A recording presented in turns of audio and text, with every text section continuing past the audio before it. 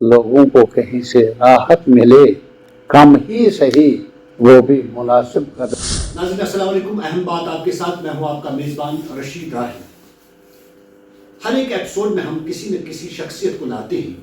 आज हमने एक सियासी शख्सियत को जो किसी तारुफ के मोहताज नहीं है, वो है CPM के सीनियर लीडर और MLA कुलगाम जनाब मोहम्मद यूसुफ तारिगामी साहब। तारिगामी साहब, एशियन में आपका खैर मकदम। Thank you.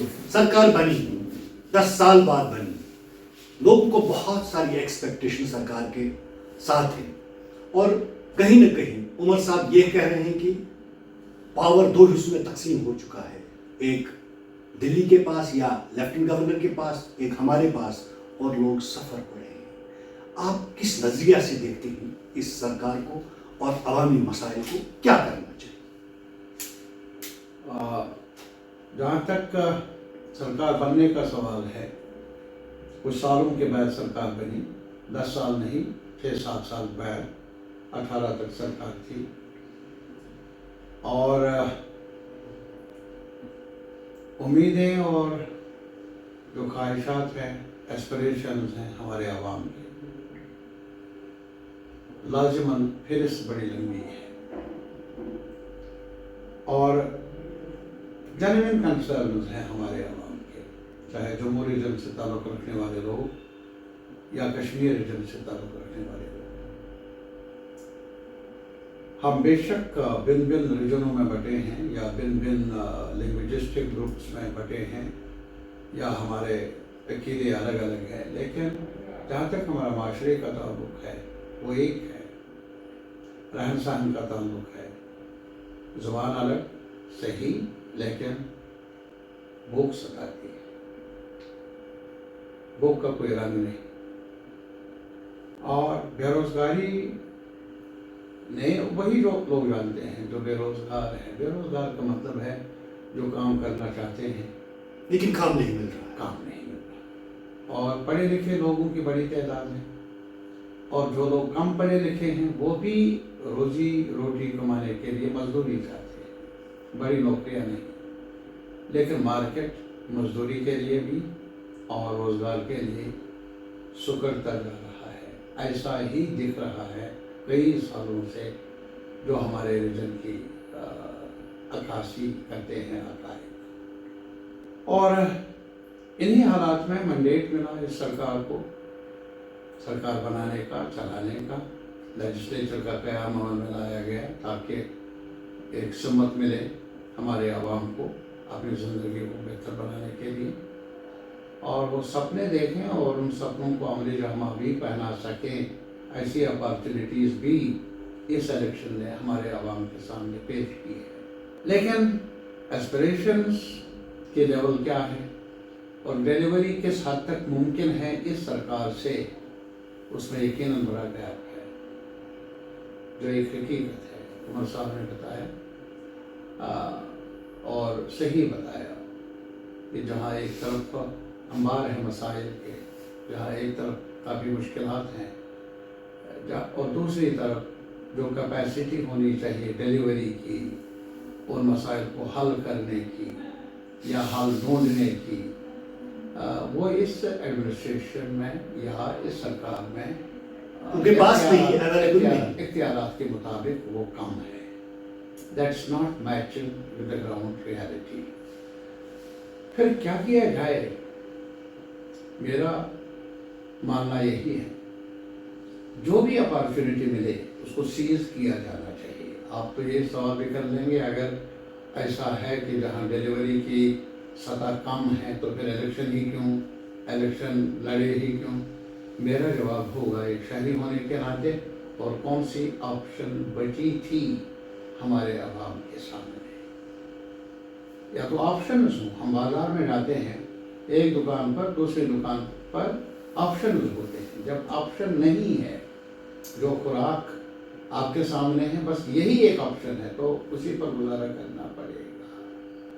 तो ऑप्शंस की बात है, और हम तो ये चाहेंगे कि बेहतर ऑप्शंस मिले, कई ऑप्शंस मिले, लेकिन ये सिर्फ मेरे चाहने से होगा नहीं, बल्कि हक़ाइक़ क्या है उनका ही सामना करना है, और फिर एक जदोजहद के ज़रिए इनको बदलना भी होगा وہ میرا ماننا ہے، میری رائے ہے، لیکن ایز آف ناؤ لمیٹڈ اختیارات ہیں ہمارے ایڈمنسٹریشن کو، اس سرکار کو، اور نتیجتاً وہ جو امیدیں ہیں عوام کی، مجھے ڈر ہے کہ کیا ہم ان کو پورا کر سکتے ہیں، یہ سرکار پورا کر سکتی ہے، لیکن یہ وجہ نہ بنے، یہ میرا ماننا ہے، زور دے کر کہتا ہوں کہ ہم کچھ بھی نہ کریں۔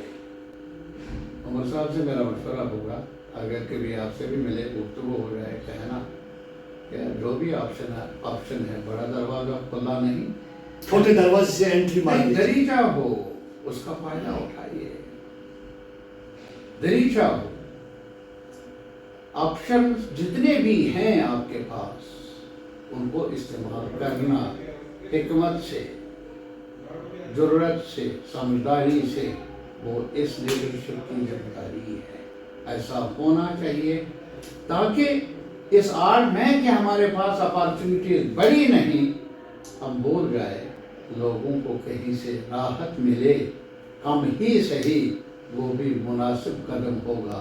طارق صاحب، آپ ایک طرف یہ کہتے ہیں کہ جو لوگوں سے ہم نے وعدے کیے ہیں ان وعدوں پہ ہم کھرا نہیں اترے ہیں کیونکہ ہمارے پاس پاورز پوری طرح سے نہیں ہیں، اور چھوٹے ہی دروازے سے صحیح کہیں نہ کہیں سے ہمیں کچھ نہ کچھ لوگوں کے لیے کرنا ہے۔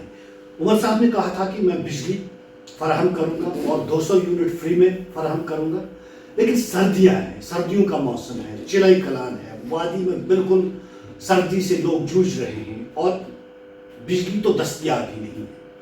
ان حالات میں چھوٹے دروازے سے داخل ہونا اور کم سے کم لوگوں کو راہ دینا کیسے ممکن ہے؟ میں ایک چیز بتاؤں آپ کو، سب سے پہلے آپ کو میں مشورہ دے دوں کہ آپ عمر صاحب سے مخاطب نہیں ہیں، طارق عامی سے بات کر رہے ہیں، اور جب کبھی موقع ملے عمر صاحب سے ملنے کا، ان سے پوچھ لیجئے ان سوالات کا جواب جو ان کے دائرے میں آتے ہیں، مجھ سے آپ پوچھ لیجئے وہ سوالات۔ طارق عامی صاحب ایک ایم ایل اے ہیں، ایز ایم ایل اے اپنے علاقے میں لوگوں کے لیے آپ کیا کر رہے ہیں ان حالات؟ میرا علاقہ آپ کے علاقے سے جدا نہیں ہے، بجلی نہیں ہے، وہ صرف کلگام میں نہیں ہے، وہ ٹنگڈار میں بھی نہیں ہے، وہ جموں میں بھی نہیں ہے، چناب ویلی میں بھی نہیں ہے، کٹھوا میں بھی نہیں ہے۔ میرا کنسرن ہے نہ صرف کلگام کے عوام کے ساتھ، بلکہ میرا کنسرن ہے جو بھی شہری ہمارے اس وطن میں ہے، چاہے وہ کسی بھی ذات سے، کسی بھی سیاست سے اس کا تعلق ہو، کس گھرانے سے تعلق ہو اس کا۔ طارق عامی نے سبق سیکھا ہے سیاست میں، کیا مزری جہاں بھی ہوں علاج ڈھونڈنا ہی میری ذمہ داری، ایک ذمہ دار شہری کا منصب ہے۔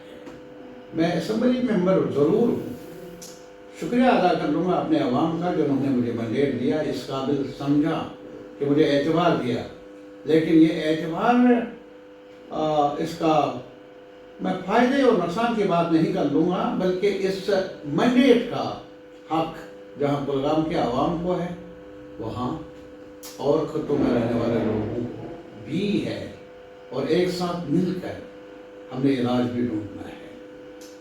اسمبلی ممبر اور سرکار میں فرق ہے۔ سرکار کی ذمہ داری یہ ہے کہ ان کے پاس اختیارات ہے، اسمبلی ممبر کی ذمہ داری یہ ہے کہ وہ سرکار سے مانگ کر لے، سرکار سے مان لے۔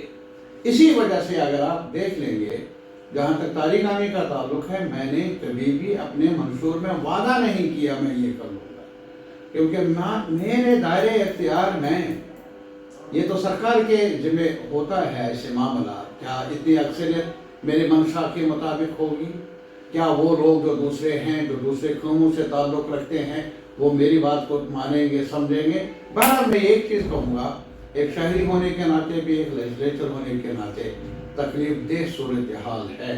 جہاں تک بجلی کا آپ نے ذکر کیا، میں ایک اور چیز آپ سے بتاؤں گا، پانی ہمارا ہے یہاں، ہمیں پانی کی کمی نہیں ہے جموں کشمیر میں، مالا مال ہے ہم، اور انڈس واٹر ٹریٹی ایک بڑی ٹریٹی ہے دو ملکوں کے نام پر، ملک بٹا بھی، پاکستان بنا علیحدہ ملک، اور دو ملک ہیں ہندوستان اور پاکستان، دریاؤں کا بٹوارا ہوا، ہمارے خطے کے جموں کشمیر کے 3 دریا وہ حصے میں آئے پاکستان کے، ہم ڈیم نہیں بنا سکتے، हाइडल पावर बड़े पैमाने पर हम प्रोड्यूस नहीं कर सकते हैं, क्योंकि एग्रीकल्चर उस खिते का पाकिस्तान के लोगों का मुतासर होगा एडवर्सली।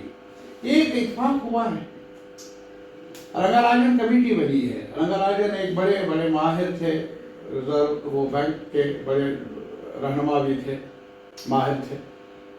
कमेटी बनी, सरकार ने कमेटी बनाई, कई मीटिंगें हुई और उसमें ये फैसला किया गया कि वाकई नुकसान हुआ है जम्मू कश्मीर का, इसलिए 2 प्रोजेक्ट्स कम से कम वो तहवील में रहने चाहिए, जो बिजली प्रोड्यूस हो वो तहवील में रहने चाहिए जम्मू कश्मीर के, ताकि उन्हें जो नुकसान पहुंचा है कुछ उसका मदावा हो सके। एक आज तक भी हुआ नहीं। कमीशन मुकर्रर हुआ, किस सरकार ने किया, क्या किया, कब किया, वो अलग सवाल है, लेकिन सरकार ने ही किया कमीशन, और कमीशन की सिफारिशात भी है, मीटिंगें भी हुई है। सेकंड, हमारे पास जो नेशनल ग्रिड है, जिसे हम NHM कहते हैं, नेशनल हाइडल पावर प्रोजेक्ट, उसमें मेरे भाई 10% हर स्टेट को मिलता है, हर स्टेट को मिलता है शेयर। क्योंकि हमारा नुकसान हुआ है, हमने मांग की है यार हमें 40% दे दो हमारे जरिया, और उसका फायदा हम डैम बना नहीं सकते, हम रियायत नहीं मांगते, हम खैरात भी नहीं मांगते, इंडस वाटर रेटिंग की वजह से नुकसान जो नुकसान और कंपनसेशन, वी वांट जो हमारे लॉसेस हैं उनका कंपनसेशन मिले जम्मू को, कश्मीर को, वगैरह। और आज तक ऐसा नहीं हुआ। जिम्मेदारी है बड़ी सरकार को। यह अलग सवाल है, पहली सरकारों ने भी इंसाफ नहीं किया, अब भी ये सरकार बनी है, अगर ये कहते हैं बदलाव लाया है तो कम से कम ये बदलाव होना चाहिए, इंसाफ होना चाहिए, इंसाफ होना चाहिए था। अपने ही आवाम है, जम्मू सफर कर रहा है, कश्मीर सफर कर रहा है, एक तो ये। और दूसरा, जहां तक हमारे इंतजामिया का भी ताल्लुक है, अभी मसलन मीटरिंग का सवाल, स्मार्ट मीटर का सवाल, अरे यार बड़ी लंबी बात हो जाएगी इसमें। आज भी जो बिजली है उसको प्राइवेटाइज किया जा रहा है पब्लिक सेक्टर में, क्योंकि पब्लिक सेक्टर में सरकार की दखलंदाजी रहती है, प्राइवेट प्लेयर्स होते नहीं है, वो ज्यादा नफा कमाने की चक्कर में होते हैं। तो जब पब्लिक सेक्टर हो उसका फायदा है, पैसा बच जाएगा वो जिसके चक्कर में वो पड़ते हैं नफा के। लेकिन आज चंडीगढ़ में जाइए, कितने दिनों से स्ट्राइक है वहां। वो स्ट्राइक इसलिए क्योंकि वहां का जो प्राइवेटाइज किया गया, प्राइवेट इंजीनियर बेकार हो जाएंगे, मजदूर बेकार हो जाएंगे और कंज्यूमर को नुकसान होगा।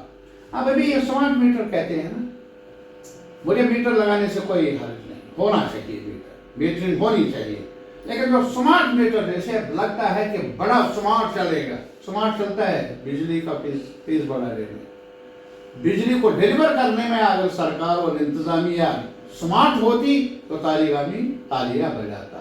तजाद है यहाँ, इस तजाद को, इस इंतजामिया को भी सोचना चाहिए। सब एक और सवाल मेरे जहन में उभर रहा है, आजकल जो सबसे अहम मुद्दा बन रहा है पूरे जम्मू कश्मीर में, वो है कि रिजर्वेशन पॉलिसी। आज नेशनल कॉन्फ्रेंस के जो पार्लियामेंट मेंबर आगा रुहुल्ला, उन्होंने CM के रेजिडेंस के सामने श्रीनगर में एहतजाज किया और इस पॉलिसी के खिलाफ आपका नजरिया क्या है, वो करना क्या चाहिए? मैं एक चीज बताऊंगा, जहां तक ताल्लुक है रिजर्वेशन का, रिजर्वेशन का मुद्दा इस लिहाज से हमारा एतराज़ है, जो एतराज़ जतला रहे हैं वो ये कि जो ओपन मेरिट जो है वो स्कीज हो रहा है, बहुत कम रह गया है, वो भी हमारे ही लोग हैं कहा जाए। इसीलिए इस पर आज से नव गौर करने की ज़रूरत है। आज से नव गौर करने के लिए सरकार ने कहा हमने सब कमेटी बनाई तो रिपोर्ट पेश करना चाहिए। और ये भी आज उमर साहब ने बताया कि अदालत आलिया में भी किसी ने रिट पिटीशन दायर की, और ये जुड़ा हुआ है मसला हमारे मुल्क के जो रिजर्वेशन पॉलिसी है उसके साथ। लेकिन मेरी अपील एक ही है, मेरा मशवरा एक ही है, इंसाफ का तकाजा है, आज से नाउ रिजर्वेशन पॉलिसी पर नजर डाली जाए, जायजा लिया जाए, और जो ओपन मेरिट वालों की मांग है उसको भी उस पर ध्यान दिया जाए, खातिर में लाया जाए, جہاں کمزور طبقوں کے ساتھ انصاف ہونا چاہیے وہاں ان لوگوں کے ساتھ بھی انصاف ہونا چاہیے جو میریٹوریس ہیں، جنہوں نے محنت مشقت کی ہے، وہ بھی غریب طبقے سے تعلق رکھتے ہیں. تو اس وجہ سے ایک جامع نظر ڈالنی چاہیے اس سوال کو لے کر.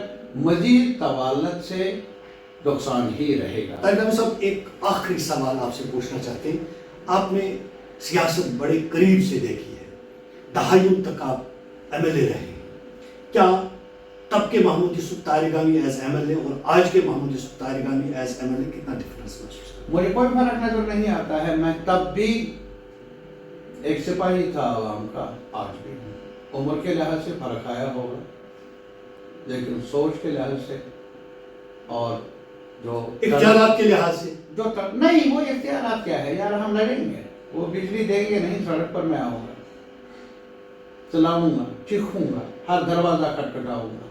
مجھے معلوم ہے کہ جہاں تک ہماری ریاست کا ایک ہسٹورک ریاست، میں ایک چیز بتاؤں گا، کئی لوگوں کو غلط فہمی ہے جو کشمیر ورسز جموں کرتے ہیں، یہ اس کو ایک دھرم کا وغیرہ سوال بناتے ہیں. آپ کو یہ بتاؤں گا میں، یہ مہاراجہ ہری سنگھ جن کے رول کے خلاف، راج کے خلاف کشمیر میں تحریک بھی چلی، جاگیرداری، ساہوکاری اور بادشاہت کے خلاف. وہ اچھے بادشاہ تھے کیا تھے الگ سوال ہے، لیکن بادشاہت میرے نقطۂ نگاہ کے مطابق جمہوریت سے کوسوں دور ہے اور مناسب یہی ہے کہ بادشاہت نہ ہو اور جمہوری نظام ہو جہاں عوام کا، جنتا کا دخل ہو. بہرحال وہ الگ سوال ہے. لیکن مہاراجہ ہری سنگھ نے 1927 میں یہاں کشمیری پنڈتوں نے اور راجپوت نے، وہ کچھ پڑھے لکھے تھے پنڈت، آپ کو معلوم ہے ہماری سوسائٹی میں زیادہ ہے، انہوں نے ایجیٹیشن کی. دو موضوع پر ایجیٹیشن ہوئی. ایجیٹیشن کا مطلب ہے پرامن دھرنا ورنا، اور پھر انہوں نے میمورنڈم پیش کیا ہز ہائینس کو، مہاراجہ ہری سنگھ صاحب کو.